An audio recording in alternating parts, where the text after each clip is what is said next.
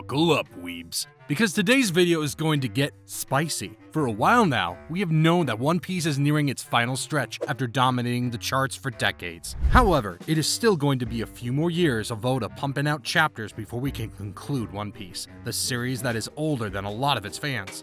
Now, a spicy talking point in the fandom has been Luffy's latest Gear 5 form, which is pretty badass and overpowered as it is. But the fact that Gear 5 feels like freedom incarnate is exactly why I'm confident that Luffy's final form will be even bigger. Fun part is, fans are ready to jump me whenever I bring up how Gear 5 is not all that compared to what the ending will potentially bring about. Considering how One Piece has never really revealed its true endgame power this early, it is safe to assume that there is a deeper evolution coming, or perhaps even a great cost for such immense power.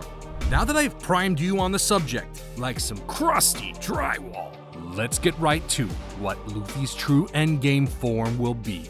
Okay, let's start with establishing why Gear 5 is not going to be his true final form. For starters, let's talk about the fact that Oda loves to tease his big reveals and build up towards grand conclusions, so having Gear 5 just handed to us is enough to raise a few eyebrows. Yes, the One Piece we all know and love is constantly evolving, especially after the time skip, but all creatives have a signature style of storytelling with patterns running deeper than the One Piece agenda and slander. See, every major transformation of Luffy so far has been incomplete when it first debuted, taking both a physical and emotional toll on him. What eventually refines his iconic gear forms is either mastery, consequence, or a growth in ideology. So even if Gear 5 seems overpowered as of now, there is a good chance that there will be some power scaling adjustments in the near future to balance it out, opening the path to better, stronger evolutions.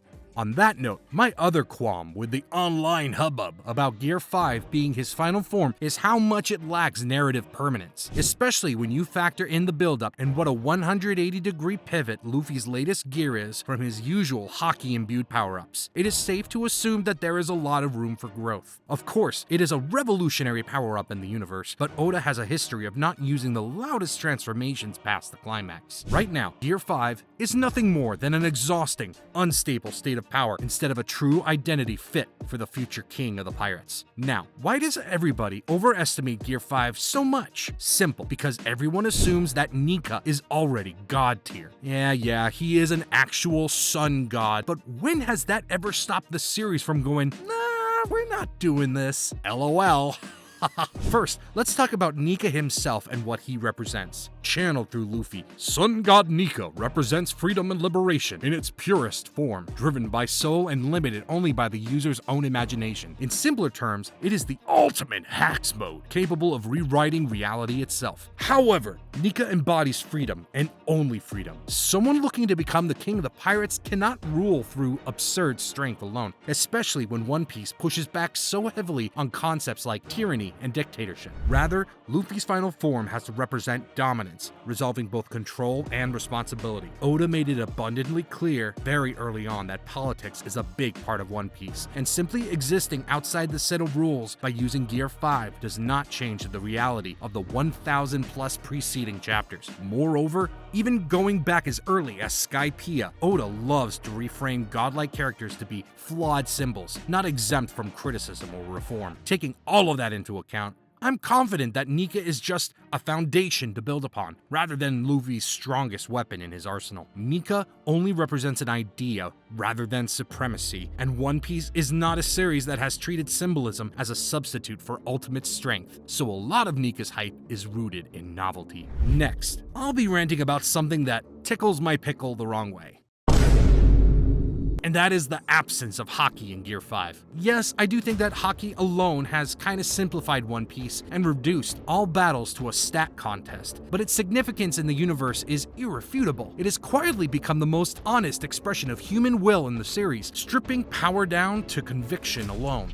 Going back as early as Jaya, Haki has been treated as a step towards equal footing against previously untouchable Devil Fruit users. Legends like Shanks and Roger depended on Haki for their reputation on the cruel seas. So Haki suddenly not being treated like the final stat is odd, if this were truly the endgame, but it's not. Because I said so. Jokes aside, even among legends without devil fruits, there is a rare divider that separates the greats from the goats. I am, of course, talking about Conqueror's Haki, the power to subdue the greatest of threats through the sheer hunger of success and dominance.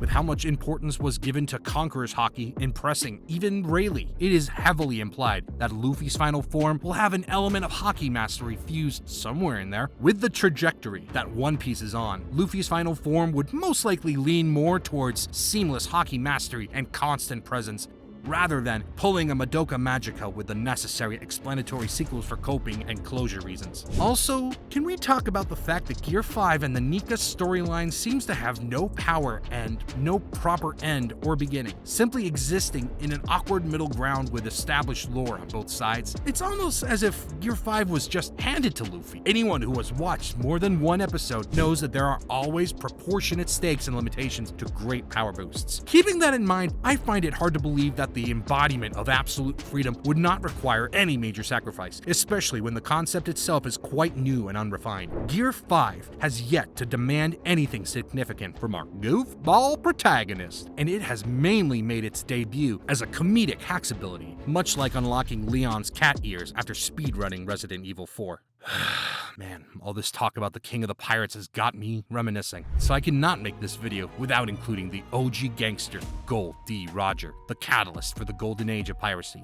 It is simply over and over again that Luffy is Roger's parallel with their abilities, attitude, and sheer drive to conquer the tumultuous seas.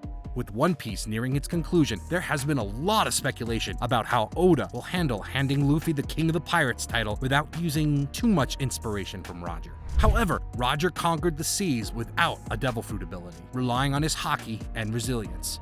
That clue is a somewhat double-edged sword, since I believe Haki will make or break the Endgame showdown. But some may argue that it would be too similar to Roger. Therefore, it is up in the air how much of Luffy's final form will rely on Sun God Nika. Because at the end of the day, becoming the King of the Pirates was never about having stronger attacks than Roger. Rather, One Piece is so much bigger than that, and with the themes of freedom and camaraderie constantly being pushed, I believe Oda's ending will be about Luffy forging a world that Roger never lived to see. Luffy surpasses Roger simply by finishing a story that ended prematurely for the Pirate King, and it has never been about raw strength, something we hardcore One Piece fans have known for a long time. After yapping like it's an Olympic sport, I will bless you plebs with the pirate you have probably not been waiting for. But I mainly make these videos for the voices in my head, so it's fine. Yeah, let's get down in thinky and speculate what Luffy's final form might look like. One cool and plausible theory I have is that Luffy's endgame form may not have a number like the conventional gear transformations. Instead, it might be something permanent, an absolute representing seamless flow state achieved between body, Haki, and Luffy's Conqueror's ideology. What that flurry of words means is that Oda could potentially take a Madoka-esque turn as long as there is ample buildup for it. Indeed, Luffy's final form has the potential to become a concept while sticking to the roots of One Piece, masterfully walking the line between the promise of early One Piece and the grandiose powerhouse it has become since. Also, once Gear 5 is more refined, it will be so much more than Luffy just warping reality for a two-panel gag, and it could potentially forge destiny itself, assuming Oda takes the entire world responds to him now approach. As a bonus sweet treat, let me add some thematic weight to these claims of mine, so I don't get locked up for being a silly little guy once again. Yeah, I keep bringing up the political aspect of One Piece's narrative, but for good reason. How One Piece handles interpersonal relationships between governing powers and handles sensitive social issues with grace is what sets it apart from the constant slew of stat battles being shoved down our throats every season.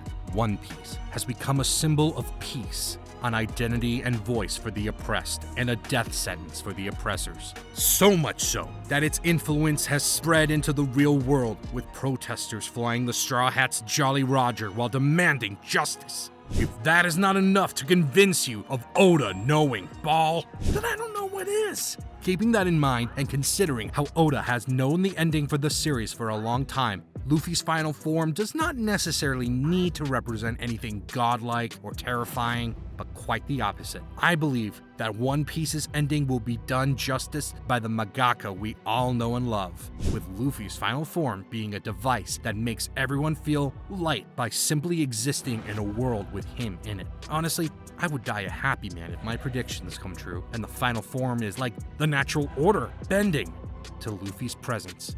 Well, that wraps up today's fun little rant on why Luffy's final form is still quite far from the current Gear 5 and what that means for the series as a whole. I would love to hear from you guys what your speculation is about his ultimate power-up in the comments below. As always, don't forget to like the video and subscribe. If you don't, I will be crying myself to sleep tonight.